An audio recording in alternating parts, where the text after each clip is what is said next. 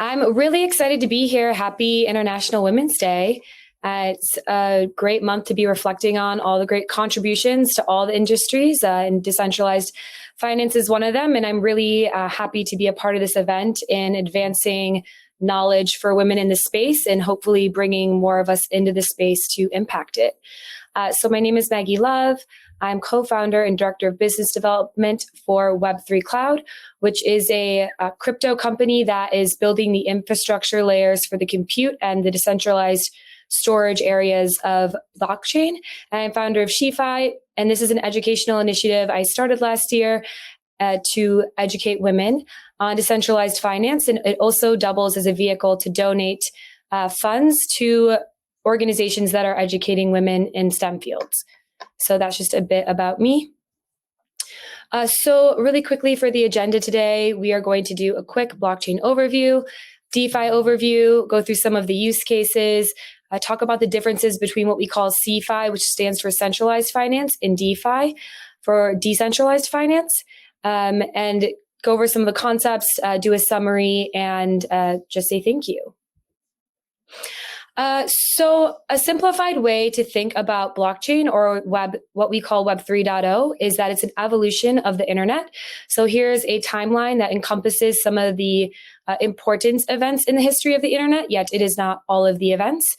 So we know we have the ARPANET both in the 1960s, TCP, IP comes in the 1970s to 1980s. They say the internet is born in 1983. We have web browsers and internet service providers. We actually have the first P2P network with Napster, P2P file sharing.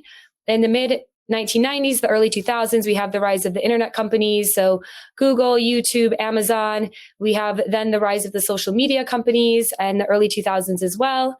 And so, we go from this World Wide Web or Web 1.0, which was more static, to this social web or Web 2.0, which, we have interactivity now. We can post things, we can comment, we can like. We're not just searching and being presented information, but we can actually share information and interact with others. In 2008, the Bitcoin white paper comes out, and that was really where the full realization of decentralized tech came into being. The Ethereum network went live in 2015. MakerDAO launches the first DAI stablecoin in 2017, which really is the genesis of a lot of DeFi being able to be built, was the launch of stablecoins. And then in 2018, 2019, we really see decentralized finance or DeFi flourish. And that's what we call, starting with Bitcoin, the blockchain, or Web 3.0. Now, this timeline is linear. As we know, with the advent of blockchain or Web 3.0, the web's not certainly getting less social. So it's not that the social web stopped, but the decentralized web really starts around then.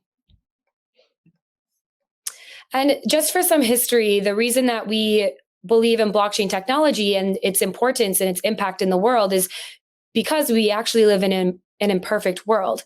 So wealth and power is aggregated among the few instead of spread to many. So we talk about the 2008 financial crash a lot of information asymmetry. We didn't know what was happening in the banks, and a lot of inappropriate behaviors on the sides of the banks led to hurting a lot of people financially. Today, in order to interact in the social web or Web 2.0, we have to log in. We have to give our data over to entities. We give our data to Facebook. We give it to our banks. We give it to the government. And as we know, this data can be manipulated, resold. Nothing we actually post about ourselves, even on an Instagram, our image isn't really our image, it's Instagram's. So really our data is all over this social web or Web 2.0, and it's in the hands of these companies that keep all this information siloed. And then, because not only the information is within companies, these companies run on centralized web servers. So if you think about it, all of your data is sitting in a tech server, like one tech server inside of a bank, and it's sitting in that bank. So there's just a lot of centralization in both the organization and the tech side.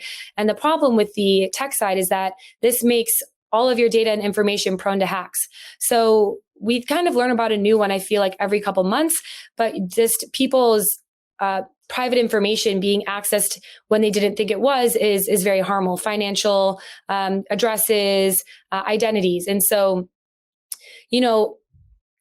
all of this wealth and data being centralized both within entities and within the technology these entities are built on really can lead to a lot of damage for everyday people. And so what? So blockchain looks to fix this. And how does blockchain, what are the properties of blockchain that help us redesign better systems? Well, blockchains are decentralized. So that means they're a peer-to-peer network with no single point of management, no single point of a failure or an attack vector. If a banking website goes down, you can't access it. Blockchain really doesn't go down because of this peer-to-peer network. So even if one node goes down in the entire network, the whole network is resilient enough to stay up. It's permissionless. So permissionless just means blockchains are public. So anyone globally can access these applications built on top of the blockchain. You can think of it as a public park. Anybody can go into a public park, no matter who you are. Anybody can access blockchains, no matter who you are. It's transparent, so all activities are recorded and verified. In the 2008 crash, as I mentioned, all of that was happening in these different banks was not transparent, and that's how they got away with having bad behavior.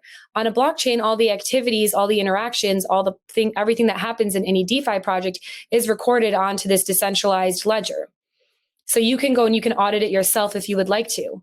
It's censorship resistant. And what this means is no entity controls who transacts on a blockchain network, and no one can change the rules of the network. So the rules of the network are written in code. And when that code is live, it is forever how that code acts. So everyone agrees to the rules of the code essentially before the blockchain network goes live and what's built on top of it goes live. And no Facebook can say, actually, our algorithm is going to change, or actually, you're only going to see this, or, you had that one incident, we're going to flag it, and you won't be able to put your piece of art out there because we find it offensive. So this is really important that, everyone has access to the same rules, and it allows for freedom of speech and freedom of expression, which we don't have on centralized platforms today. And finally, all the assets built on top of these networks are programmable, which just means they're smart assets. There's code written in them that says, if X happens, then Y should happen. And so pretty much we can take things that once were not programmable, like a piece of art, and we can put logic into that. So that is what is one of the special things about everything on the blockchain. And so with blockchain, the inequalities, inefficiencies, value extraction, weaknesses, and vulnerabilities from centralization are reduced and potentially eliminated. With code, we can build decentralized systems that are open, inclusive, trusted, and secure. And finally, really what we're doing with the blockchain is we're moving the control of your data, your money, your identity, other things from entities, so from these centralized platforms and tech stacks, to you on these decentralized platforms. So when it comes to decentralized finance and the decentralized web, this quote really sums it up for me, like the vision of it and why it's so important. So imagine a global open alternative to every financial service you use today: savings, loans, trading, insurance, and more, accessible to anyone in the world with a smartphone and an internet connection. So decentralized finance, I always like to say it's an opportunity for you to become your own bank and your own boss, because you are in control of your finances. So what is DeFi really? It's the traditional and not so traditional financial tools and services reimagined in a peer-to-peer framework. And so we're going to go a little bit more into what that means. So DeFi is one of the fastest growing spaces in Ethereum, but what is it exactly? So over on the left here, we have a bunch of DeFi products and applications that are being built across financial verticals. We have over $40 billion locked in DeFi projects right now. And I created this on Friday, so I pulled that from Friday. It's probably even more today if you go look at DeFi Pulse. And then on the lower corner, we have a view of all these, the value transfer happening with stable coins, which are one-to-one pegged to the US dollar. So, we have all of these exciting things going on. And if you're new to this space, you're probably like, but what is it? So to start off, we'll compare it to what we call CeFi, or centralized finance. So these are crypto products and platforms managed by a central organization that custodies or keeps your assets and centralizes all components of, decisions about, and activities on the platform. So what's important to know about CeFi is it's really what we're used to today in the traditional world. These are platforms run by people and the platform itself, and it's not built on a blockchain. So products like Gemini, which is where you can go and you can buy crypto, trade crypto, and keep your assets, it's not actually built on the blockchain, even though it gives you exposure to purchase crypto assets.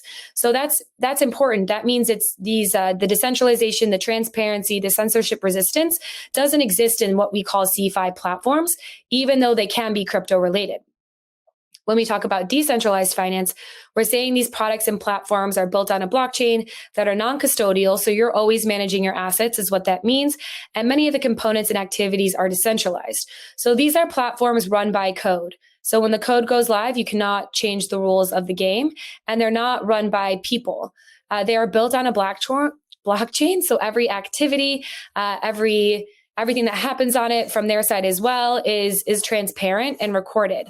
And so something to note is we are in the very beginning days of DeFi still. So some of the components of platforms are centralized, but for the most part, everything that happens within it from the user and anybody else using it is recorded and transparent.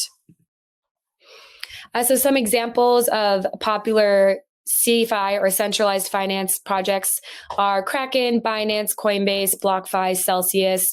So basically, a lot of these are exchanges where you can go and purchase crypto. And so with decentralized finance, we have MakerDAO, we have wallets, we have insurance products, decentralized exchanges, we have Liquidity. And so really the difference is with CeFi, you're trusting the company, you're trusting the people to be good agents and good custodians. And in crypto, you're trusting the code and you are the person custodying your assets.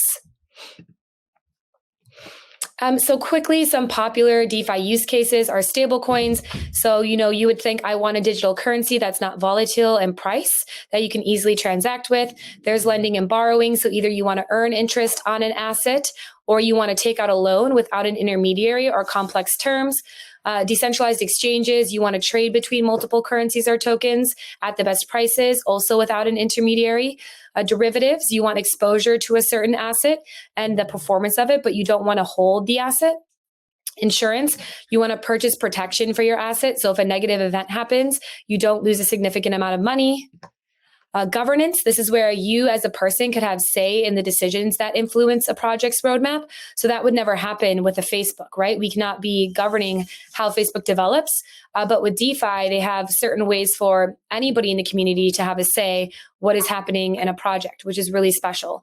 And with NFTs and digital art, I'm sure you've all been hearing about them. Some very famous music artists are really doing it exciting, and NFTs are going for crazy prices. So it's really cool to see. It's very popular right now. But this is where you'd want to mint or purchase a digital good that is provably unique. And liquidity providing is where you would just provide a platform liquidity. And so when we talk about liquidity, we mean money. And you can also earn returns or a different financial incentive for doing so. And with indexes, you want a basket of multiple tokens to get exposure to the potential upside of all the variety of DeFi projects. And it's always counted. And we're always counting more use cases, more projects. So here, like the fact that all of these projects are decentralized, they have no intermediaries, they're censorship resistant, they have many programmable assets, they are transparent in all their activities. So this is really what sets all of DeFi apart from the platforms that we interact with today in the traditional banking world. And so this is why I really think DeFi is so disruptive in an important way. So I like to say with DeFi, we're breaking down the barriers of banking and the walls of Wall Street. Governments and banks cannot restrict or regulate your assets or access to DeFi.